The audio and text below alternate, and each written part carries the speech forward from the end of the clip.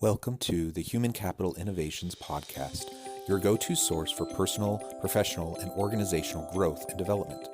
We hope you tune in often for all things people management, organizational development and change, organizational leadership, and social impact related. Maximize your personal and organizational potential with Human Capital Innovations Podcast.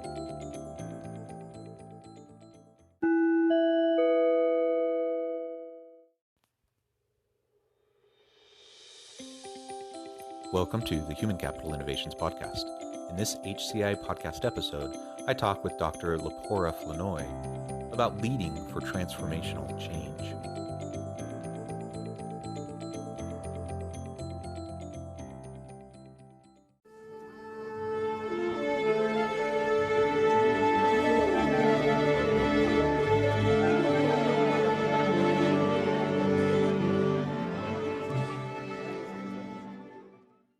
Dr. Lepora Flournoy, welcome to the Human Capital Innovations Podcast. Hi, thanks for having me. Thank you for joining me today. I'm excited to have this conversation with you. And we're going to be focusing on leading for transformational change. That's a big topic. And so there's a lot that we can explore there. But I think given your experience and background in executive coaching and consulting within organizations to drive change, I think this will be a rich and deep opportunity for us to have a conversation. As we get started, I wanted to share Lepora's bio with everybody. Dr. Lepora Flournoy is a client-focused and data-driven executive coach who has more than 15 years working with the C-suite to better organizations. She successfully works with leaders under high pressure and in demanding environments to deliver results and outcomes that matter to individuals and make an organizational impact. Dr. Lepora partners with leaders to master their efforts in an era of uncertainty and rapidly changing industries. Her clients are renewed with better and more appropriate focus, while her present focus is on coaching and assessing executive leaders. She has also directly shaped and transformed high-performing cultures and motivated teams to exceed growth and financial objectives. So again, welcome, Lepora. Great to have you with me today. I'm excited for this conversation. Before we launch into the dialogue, anything else specifically that you would like to share by way of background, personal context, or anything like that to lay the foundation for our conversation? Sure. You pretty much summed it up, but just like to, speak to people out there. We obviously know this is a delicate time where there's a lot of transformation and I know it can be daunting, but just to, speak to companies, organizations to be open-minded as far as how they look for that new normal. Like that's a big piece that I share with my clients is that it doesn't have to be a cookie cutter and it can be customized for your organization and what your needs are going forward. Absolutely. And customization is essential. Whenever we're talking about change, there are kind of common principles and themes, and there's change models. And, there's some of these things that can help provide contextualization and guidance in how we move forward towards transformational change. But the reality is that every organization is unique. Every executive and leadership team is unique. Every industry is unique, and every challenge that's pushing us towards change is unique. And so we apply a broad lens of various theories and models and different tools that can help us to drive change, recognizing that there's no off-the-shelf solution for transformational change within organizations. Absolutely. Despite what some people might try to tell you. Exactly. Very good. Well, so let's start off by exploring a little bit more what you mean by transformational change. Sure. How is transformational change different than perhaps just change? And then how do we start as leaders, either middle management all the way up to executive levels? How do we start to lead for that desired transformational change? Absolutely. It's a great question. Great start. So first and foremost, when we look at transformation and change, I personally espouse to the Kaizen philosophy, and that is just pretty much a Japanese philosophy that is very old that states there's always room for improvement. So there's always that continuous growth that we all can have, and which is an indication of life. To me, change is an indication that this is a living organism, whether it's an individual or an organization.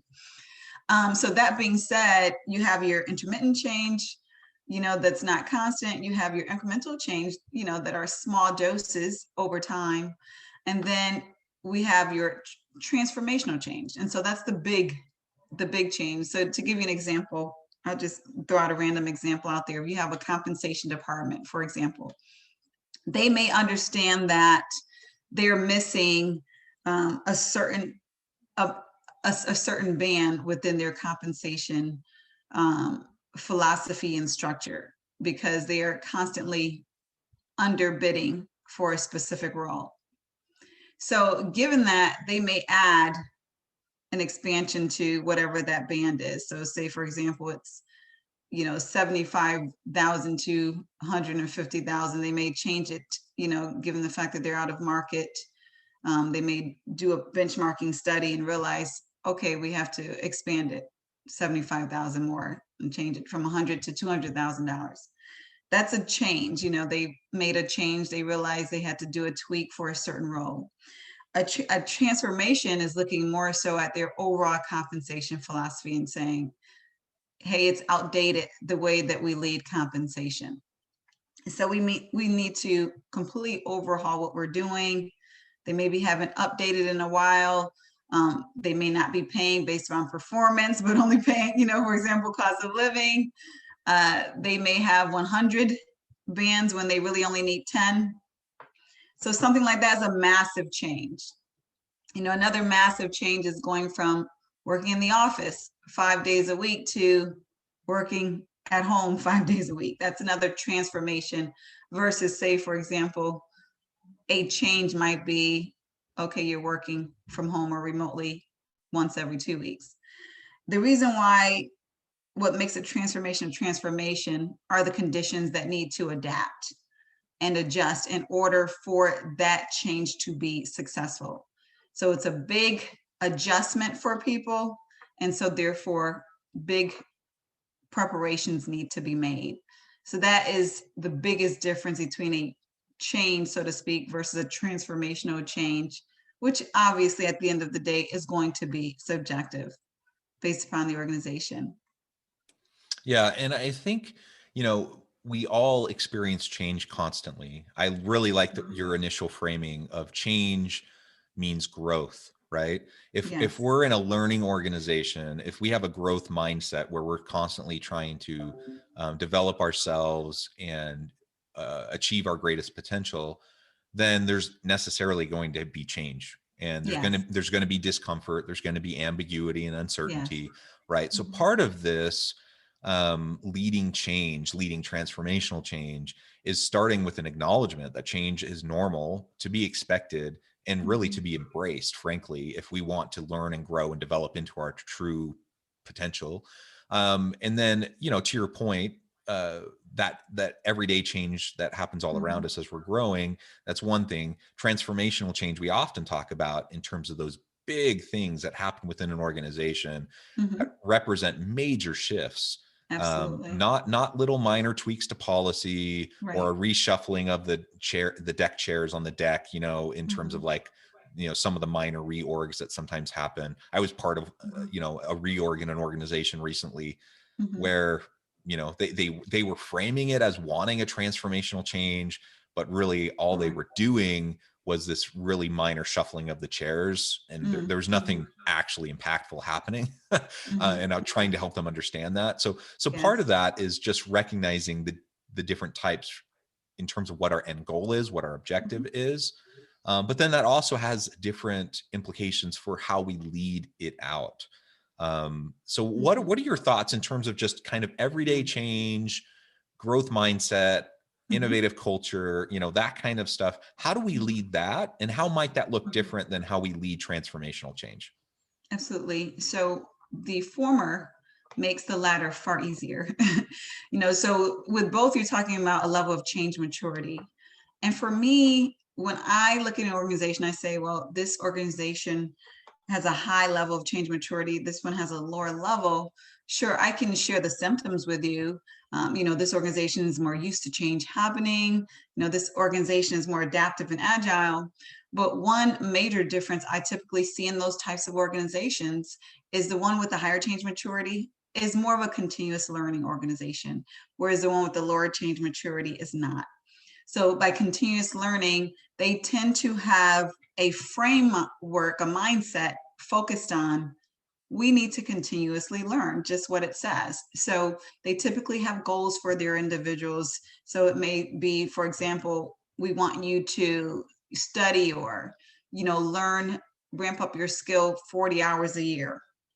That's like a basic, best practices as far as how much individuals should be learning each year. Continuous learning organization realizes that the industry is constantly changing, the world is constantly changing. So if they're not continuously learning, they're not going to keep up to speed in a way that's effective or competitive. So to me, that's the biggest difference. If you're constantly learning, then you know that when you learn something, you are applying it. You're changing your behavior, even if it is in an incremental manner. And so an organization that's focused on that is focused on, we need to be ready in order to pivot whenever that time is necessary. Looking specifically, for example, at COVID and how organizations responded, you can see a stark contrast. So if you follow the LinkedIn articles and other articles within the media, you'll see a lot of CEOs scurrying, organizations just totally overwhelmed by how to operate in a remote fashion. I've consulted some organizations, surprisingly large, successful Fortune 500 organizations that didn't want their people to work from home. This is pre-COVID. They didn't trust their people to work from home. IT operations, where they're spending, 6 hours of the day on the computer coding and programming. They felt as if the people need to be in the office in order to be, babysat, so to speak, face value, FaceTime, what have you. Then fast forward past COVID, these same organizations are struggling to survive because they had no operation that, that was ready for the remote communications. Their leaders were used to basically hand-holding or walking by, supervising, by FaceTime, how much time do you have in the office? And so they had no idea how to use objective performance management measures as ways to identify whether or not their direct reports are being successful. And so you have organizations that were just completely not prepared. Sure, we could call them, change immature, but to me, they really were not focused on continuously learning, continuously adapting what they could do as an organization. If those managers were continuously learning, then they would understand how to set those objectives, how to set those goals for their employees based upon what they were expecting as outcomes, not based upon how many hours they spent in a chair sitting, 500 feet from them. Similarly, from the perspective of technology, we're continuously learning. Well, we understand even in the HR space, what are the best practices, HRIT systems out there? What can we use that will be effective regardless of whether we're in the same space or not? I mean, globalization is nothing new. So therefore, remote learning, remote communication, and even managing should not have been anything new to organizations. And that's with no disrespect, but this is something we've been talking about for decades.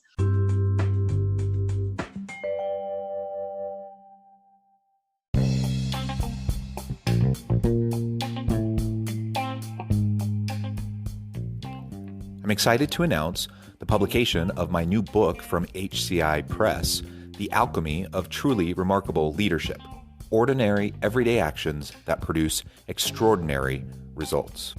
Consider how the nature of work has shifted over the past 50 years. With increased globalization, rapid technological advancement, and the shift in economic composition, the average job of today looks very different than the average job of 50 years ago. What will the jobs and organizations of tomorrow look like?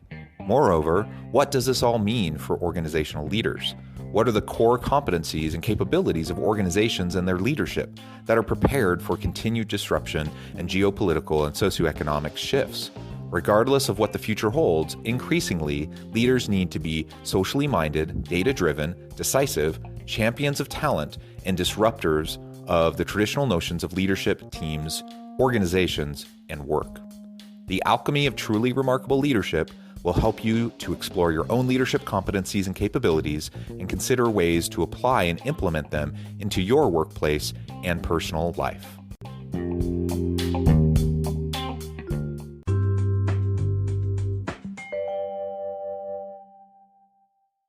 Nobody saw a global pandemic that was going to shut everything down overnight and move everything to remote work. Nobody saw that coming. But the movement towards, technological disruptions and virtual work and interconnected global economies, like all that's a trends that have been happening for decades.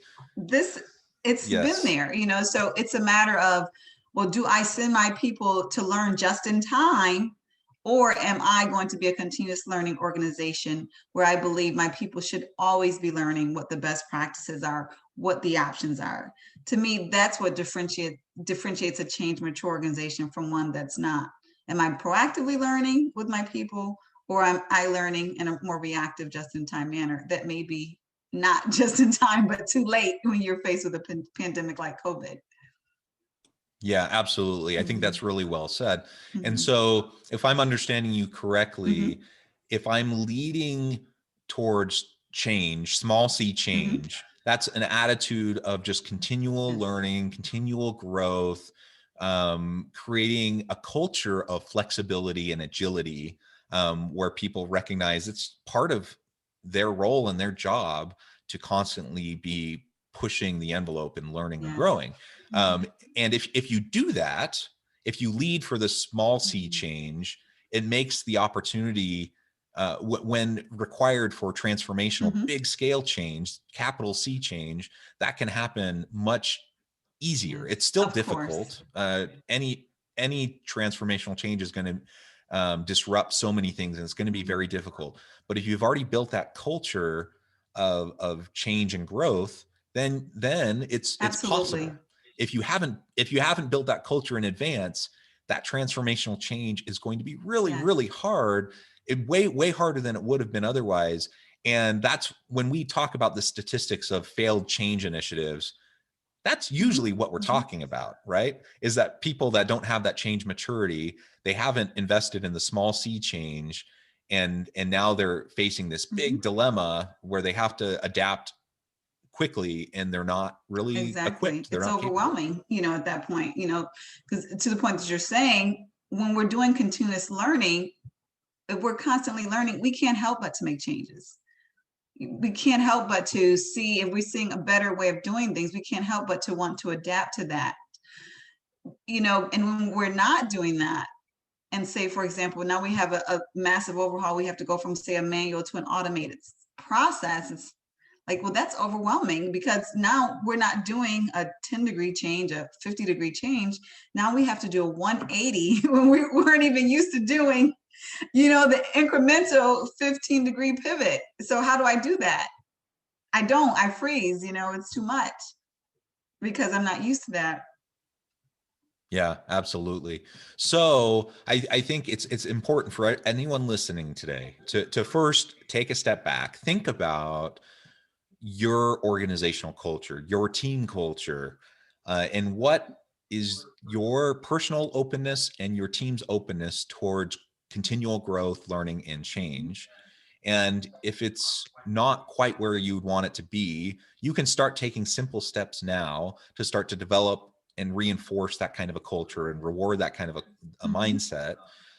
That's going to be foundational for later on. And so it takes effort now. It takes a long view, I suppose, because it takes effort now, and you may not see immediate return on that investment, but it will lay the groundwork for these other bigger changes coming down the road. And it's something you can start today. So that's something everyone can start thinking about. And then you can start to consider what as you scan the environment, you scan the internal and external pressure points, and you start to notice, where things aren't quite, functioning as well as you would hope. That's where you can start to have the bigger picture discussions that can then lead to some of these transformational types of changes that could occur, that might actually really, really benefit your organization and help you, reinvent yourself perhaps, but at least continue to develop and maintain a competitive advantage to bring value to the market. Absolutely. And that's definitely a long-term success strategy. Because on the other end, what organizations typically do is find themselves in situations like a lot of organizations are now, where they have to hire externally. They go out and hire consultants like myself to basically help them transform quickly because they don't have the maturity to do it independently. But what this does oftentimes, especially if you hire certain organizations that are implementation focused only, they will fish for you, but they won't teach you how to fish. So then you'll be in the same situation over and over again. Every time you need a major transformation, you have to go Exactly. outside because you refuse to build that change maturity. So the best way long-term is to build that internal change maturity by continuous learning so that you are equipped to lead those transformations internally. And if you do need outside help, it's an incremental way, whereas you understand what's going on and you're not surrendering the fate of your organization to an outside vendor, because nobody should do that. It's not healthy. It's highly No, risky. it's not healthy. Absolutely. Very risky. And to your point, I mean, there's no quick Right. fix. So I think sometimes because an organization, because leaders or executives, they haven't been willing to prioritize, right, the development of a change culture, and because they haven't done that, then when this new they finally get to the point of recognizing, yes, we need to have this transformational shift. We need this transformational change. They recognize they don't have the capacities to do it, so they want to bring in a consultant. My experience is usually their expectation is that that consultant is going to be able to come in and guide and implement that change very quickly. Yes. They want rapid Yes. change, and you cannot fast track a meaningful, sustainable change initiative. There's just there's no way to do that. You can bring someone in and they can be the most brilliant person in the world with all the expertise in the world, and it still takes time. It just does. You're And absolutely right. if you and so leaders have to remember that if you're not willing to invest now, you will invest later in all of the lost opportunity costs and the lost productivity and everything else related to failed change initiatives and all of that. There's no quick, easy fix, and you can spend hundreds of thousands of dollars, millions of dollars with the most prestigious consulting agencies to try to come in, and still it doesn't always work because if there's no internal commitment to change, then those transformational changes can never take hold. That's very true. You need the internal commitment. You need the capabilities to make sure that those are in-house to sustain in the long term. And then you need that preparation, the training, and the know-how for what that change is. Just because it's the best idea does not equate to your people being prepared. So those people have to be prepared and trained while doing most likely their full-time jobs. And so it is, to your point, Jonathan, it is a process. And I'm always telling leaders, you have to expect, in most cases, some type of performance dip when you're doing massive transformational change while engaging your people, because they do have these full-time roles while they're now adapting new skill sets and adapting new responsibilities. So while I help as much as I can to lower that performance dip, to the slope that it could be, there's still a performance dip.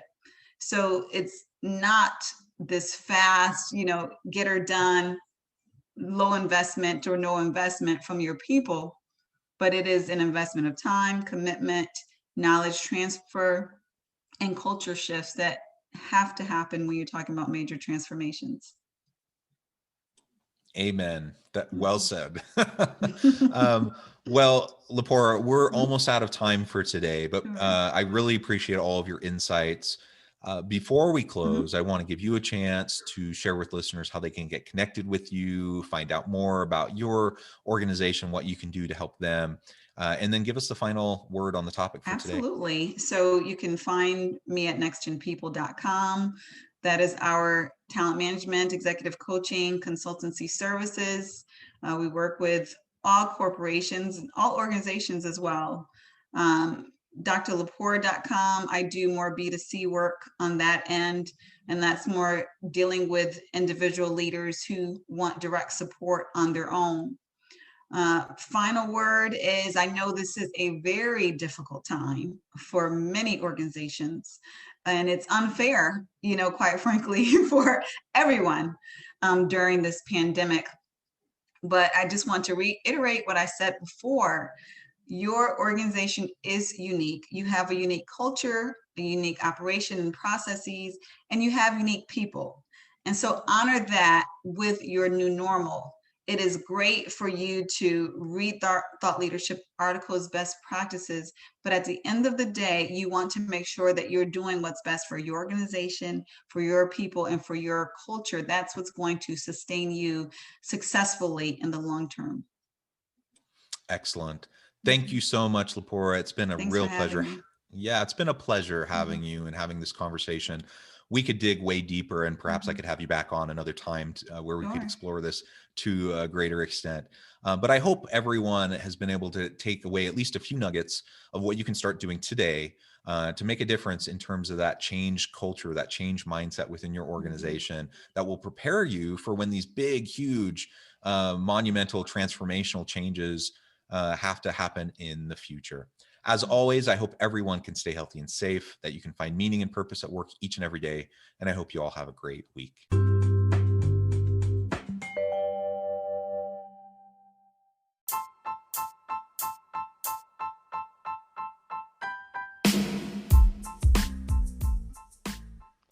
We are excited about the launch of HCI's new magazine, Human Capital Leadership.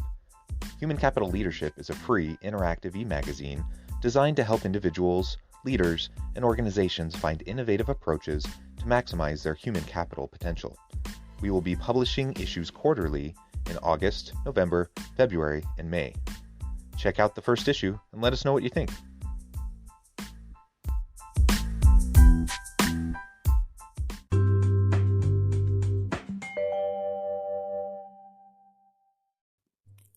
Thanks again for joining us for this episode of the Human Capital Innovations Podcast.